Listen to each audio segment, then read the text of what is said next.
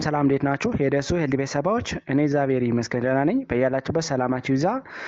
ዛሬም እንደተለመደው በአንድ አስተማሪና ጠቃሚ ቪዲዮ ተመልሻለሁ። በዚህ ቪዲዮ የዱባ ፍሬ እንዴት ነው አይነቱ የስኳር በሽታን ወይም ደግሞ ታይፕ 2 ዲኤም እያልን የምንጠራውን የሚከላከልልን እንዲሁም ደግሞ ሰዎች ከተያዙ በኋላ በተለይ ደግሞ የስኳር መጠናቸው እንዲረጋጋና ስኳርን ተከትሎ የሚመጡ የተለያዩ ችግሮችን ማኔጅ በማድረግ የሚታወቅ እጅግ በጣም አስገራሚ የሆነ የፍሬ አይነት ነው። ስለዚህ ይሄ የቅባት አይነት ምን ጥቅም ንጥረ ነገሮችን እንዲሁም ደግሞ ምን ውህዶችን ስለያዘ ነው ለዚህ በጣም አስፈላጊ የሆነው የሚለው ለእናንተ በደንብ አብራርቼ እነግራችኋለሁ ማለት። በተለይ አሁን ላይ የስኳር በሽታ በዓለማችን እንዲሁም ደግሞ በሀገራችን ደረጃ የተስፋፋና የብዙ ሰዎችን ሕይወት እየቀጠፈ የሚገኝ በጣም አደገኛ የሆነ የበሽታ አይነት ነው። ስለዚህ አመጋገባችን ማስተካከልና እንዲሁም ደግሞ ምግቦችን መርጦ መመገብ በጣም አስፈላጊ ነው ማለት ነው። ከነዚህ ውስጥ እንግዲህ አንዱ የስኳር በሽታን ማኔጅ ከምናደርግባቸው ምግቦች አንዱ የዱባ ፍሬ ነው ወይም ደግሞ የፐምፒኪን ሲድ እያልን የምንጠራው በጣም አስፈላጊ ነው። ስለዚህ ምን ውህዶችን ስለያዘ ነው አይነቱ የስኳር በሽታን የሚከላከል የሚለውን በስድስት ከፊል እናንተ በደንብ አብራርቼ እነግራችኋለሁ። ከዛ በፊት ግን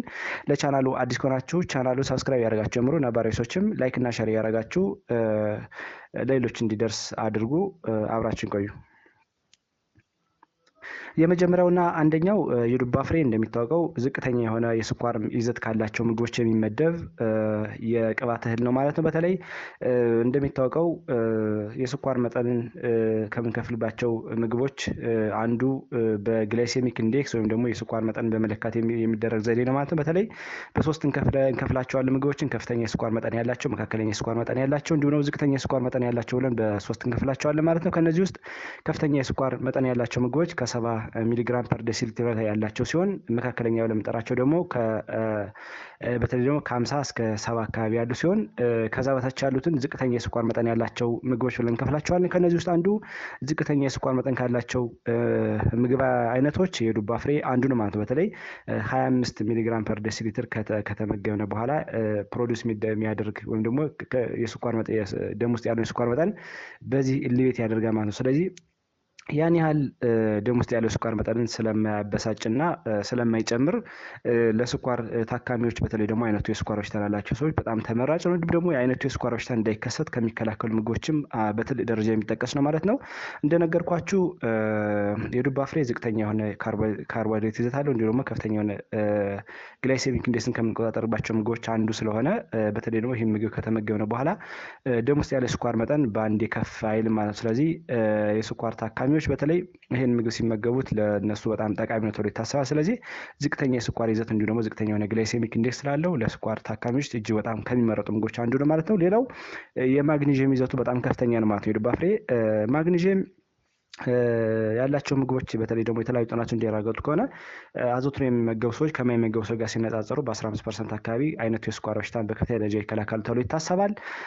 በተለይ ደግሞ ሰውነታችን በአግባቡ ኢንሱሊንን ፕሮፐርሊ እንዲጠቀም እንዲሁም ደግሞ ተጨማሪ የሆነ ኤክስትራ የሆነ ግሉኮስ ካለ ወደ ስቶሬጅ ሳይቶች ወይም ደግሞ ወደ ጉበት እንዲሁም ደግሞ ወደ አዲፖስ ቲሹ ያለ የምንጠራው እንዲጠራቀም በማድረግ አጠቃላይ ወደ ግላይኮጅን እንዲቀየር ከፍተኛ የሆነ ስኳር ሲኖር ስብ ሲኖር እንዲከማች ወደ ተለያየ ቦታ የሚያደርግ በጣም ጠቃሚ የሆነ የማዕድን አይነት ማለት ነው ማግኒዥየም። ስለዚህ ማግኒዥየምን በከፍተኛ ደረጃ የሚመገቡ ሰዎች አጠቃላይ የኢንሱሊን ሪሴፕተራቸው እንዲነቃቃ በማድረግ ግሉኮስን በአግባቡ እንዲጠቀም ሰውነታችን ያደርጋል። እንዲሁ ደግሞ ከዚህ ጋር ተያይዞ በተለይ የስኳር ታካሚዎች ብዙ ጊዜ ክሮኒክ የሆነ ዲስኦርደር ይፈጠራል። በተለይ ደግሞ ስኳር ተከትሎ የሚመጡ እንደ ግፊት፣ የልብ ህመም፣ ስትሮክ እና ሌሎችንም ሁኔታዎች እንዳይፈጥሩ የሚያደርግ በጣም ጠቃሚ የሆነ የንጥረ ነገር አይነት ነው ማለት ነው፣ ወይም ደግሞ የማዕድን አይነት ማለት ማግኒዥየም። ስለዚህ የዱባ ፍሬ በከፍተኛ ደረጃ ማግኒዥየም እያልን የምንጠራውን ማዕድን በከፍተኛ ደረጃ ስለያዘ አይነቱ የስኳር በሽታ ማኔጅ ለማድረግ ነው ለመከላከል የሚጠቅማል። እንዲሁ ደግሞ ከተከሰተ በኋላም እንደነገርኳችሁ የስኳር ደም ውስጥ ያለ ስኳር መጠን እንዳይዋዥቅ እንዲሁም ደግሞ ስኳርን ተከትሎ የሚመጡ የተለያዩ ኮምፕሊኬሽኖች እንዳይፈጠሩ የሚያደርግ እጅግ በጣም ጠቃሚ የሆነ የንጥረ ነገር አይነት ነው። ስለዚህ የኢንሱሊን ሪሴፕተሮች አጠቃላይ እንዲነቃቁና በአግባቡ ግሉኮስ እንዲጠቀሙ የሚያደርግ ጠቃሚ የሆነ የማዕድን አይነት ነው ማግኒዥየም። ስለዚህ የዱባ ፍሬ ማግኒዥየም ስለያዘ ለስኳር ታካሚዎች እንዲሁም ደግሞ ለመከላከልም ትልቅ አስተዋጽኦ አለው ማለት ነው። ሌላው ፋይበርን ይዟል ማለት ነው። የዱባ ፍሬ በተለይ በጣም ስኳርን ከምንከላከልባቸው አንዱ ዘዴ ከፍተኛ የሆነ አሰር ወይም ደግሞ ፋይበርን መውሰድ ነው። ስለዚህ የዱባ ፍሬ በከፍተኛ ደረጃ አሰርን ወይም ደግሞ ፋይበር እያለ የምንጠራውን ይዟል። ይሄ ደግሞ ግሉኮስ በአግባቡ አብዞርብ እንዲሆንና በተለይ ደግሞ አንጀታችን ላይ ሲመጠጥ ከፍተኛ የሆነ ስኳር እንዳይመጠጥ በማድረግ እንዲሁም ደግሞ አጠቃላይ ስኳር መጠን ሬጉሌት እና ማኔጅ በማድረግ እንዲሁም አጠቃላይ ደም ውስጥ ያለ ስኳር መጠን እንዲረጋጋና ሪሴፕተሮች የኢንሱሊን ሪሴፕተሮች በአግባቡ ስኳርን እንዲጠቀሙ ማድረግ ሰውነታችን በአግባቡ ሜታቦላይዝ እንዲያደርግ ግሉኮስን ያደርጋል ማለት ነው። ይሄ ፋይበር እያልን የምንጠራው በተለይ ብለድ ሹገርን ስታብላይዝ ከሚያደርጉ ነገሮች አንዱ ነው ማለት ነው። ስለዚህ ፋይበርን ስለያዘ ለሰውነታችን በጣም አስፈላጊ ነው። በተለይ ደግሞ የስኳር ታካሚዎች ብዙ ጊዜ አሰር ይዘት ያላቸው ምግቦች ሲመገቡ ስኳራቸው እንዲረጋጋ እንዲሁም ደግሞ ስኳርን ተከትለው የሚመጡ የተለያዩ ኮምፕሊኬሽኖች ወይም ችግሮችን በአግባቡ ይከላከላል ተብሎ ይታሰባል። ብዙ ጊዜ ስኳር ሲከሰት ግፊት ይመጣል፣ አይን ላይ የተለያዩ ችግሮችን ያስከትላል፣ የነርቭ ሁኔታዎችን ይፈጥራል፣ ነርቭ ችግሮችን ማለት ነው። ለምሳሌ ፐሪፈራል ኒውሮፓቲ እያልን የምንጠራው ሌሎችም ከዚህ ጋር ተያይዘው ከነርቭ ጋር ተያይዘው የሚፈጠሩ ነገሮችን ይከላከላል። እንዲሁም ደግሞ በተለይ ደም ስሮች ላይ ደም እንዳይረጋ በማድረግ ስትሮክን በአግባቡ ይከላከላል ተብሎ ይታሰባል ማለት ነው አሰር። ስለዚህ አሰርን በከፍተኛ ደረጃ ስለያዘ ወይም ደግሞ አጠቃላይ ሰውነታችን በአግባቡ የሚጠቅም አሰርን ስለያዘ ለአይነቱ የስኳር በሽታ አጠቃላይ የስኳር ታካሚዎች ዱባ ፍሬን በአግባቡ በተለያየ ነገር ቆልተው የሚሆን እንዲሁም ደግሞ ዘይቱን እንዲሁም የተለያዩ ዘዴዎችን በመጠቀም መመገብ ይችላሉ ማለት ነው። ሌላው የዱባ ፍሬ ጸረ ሙቀታማ ኬሚካሎችን በደንብ አከማችቶ ይዟል፣ ወይም ደግሞ እነዚህ አንቲኦክሲዳንት እያለ የምንጠራቸውን ይዟል ማለት ነው። እነዚህ አንቲኦክሲዳንት ስራቸው ምንድን ነው? በተለይ ያልተረጋጉ ኤሌክትሮኖች ከሰውነታችን በኬሚካል ሪአክሽን አማካኝነት እንዲሁ ደግሞ በተለያዩ ሜታቦሊዝም አማካኝነት የሚመረቱ የተለያዩ ጽዳጆች አሉ። እነዚህ ጽዳጆች ኖርማል ሴሎቻችን ወይም ደግሞ ኖርማል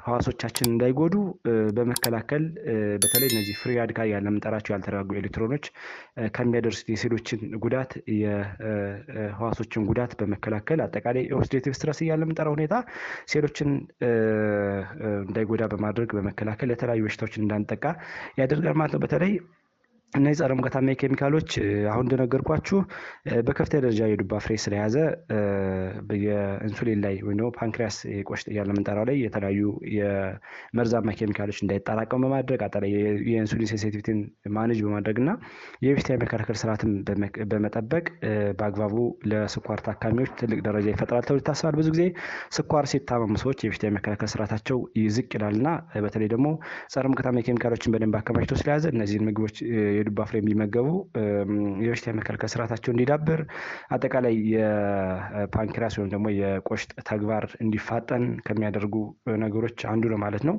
ሌላው የዱባ ፍሬ ስኳርን ተከትሎ የሚመጡ የተለያዩ ክሮኒክ ዲስኦርደሮች ወይም ደግሞ ቆየት ያሉ በሽታዎች እንዳይፈጠሩ ያደርጋል። ብዙ ጊዜ ስኳር ሲፈጠር ስኳር ብቻ አይደለም የሚያሰጋው የሰው ልጅ።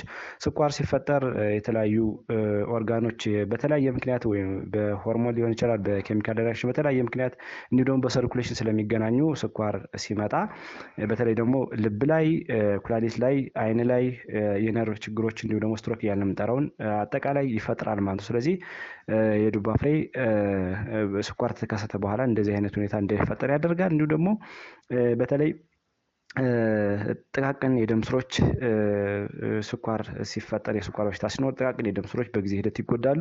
ይህ ሁኔታ እንዳይፈጠር በመከላከል በተለይ ደግሞ እነዚህ ተላላፊ ያሉ በሽታዎች ስኳርን ተከትሎ እንዳይከሰቱ በማድረግ ትልቅ አስተዋጽኦ አለው ተብሎ ይታሰባል።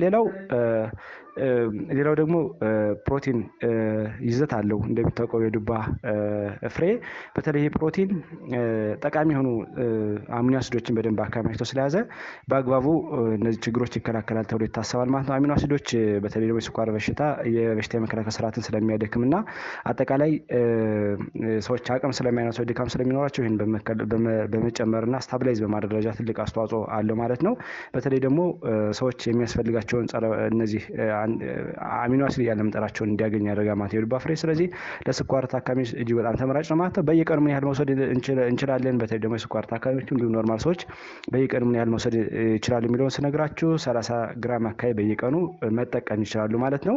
እንዲሁም ደግሞ አመጋገብ በሰላድ መልክ መጠቀም ይቻላል። በተለይ ደግሞ ፍራፍሬዎች፣ አትክልት ጋር በመጨመር በፓውደር መልክ እንዲሁም ደግሞ ከዳቦ በወጥ አማካኝነት በሾርባ ዘይቱን በመጠቀም መመገብ እንችላለን ማለት ነው። ስለዚህ ይህን አመጋገብ በመመገብ የደም ስኳር መጠናችሁን ማረጋጋት ትችላላችሁ ማለት ነው። ዛሬ በዚህ ቪዲዮ የዱባ ፍሬ ምን ያህል ለአይነቱ የስኳር በሽታ አስፈላጊ እንደሆነ በደንብ ነገርኳችሁ። እናንተም ቆንጆ ግንዛቤ አግኝታችኋል ብዬ አስባለሁ። ሌሎች እንዲደርስ ላይክ እና ሼር አድርጉት። አመሰግናለሁ።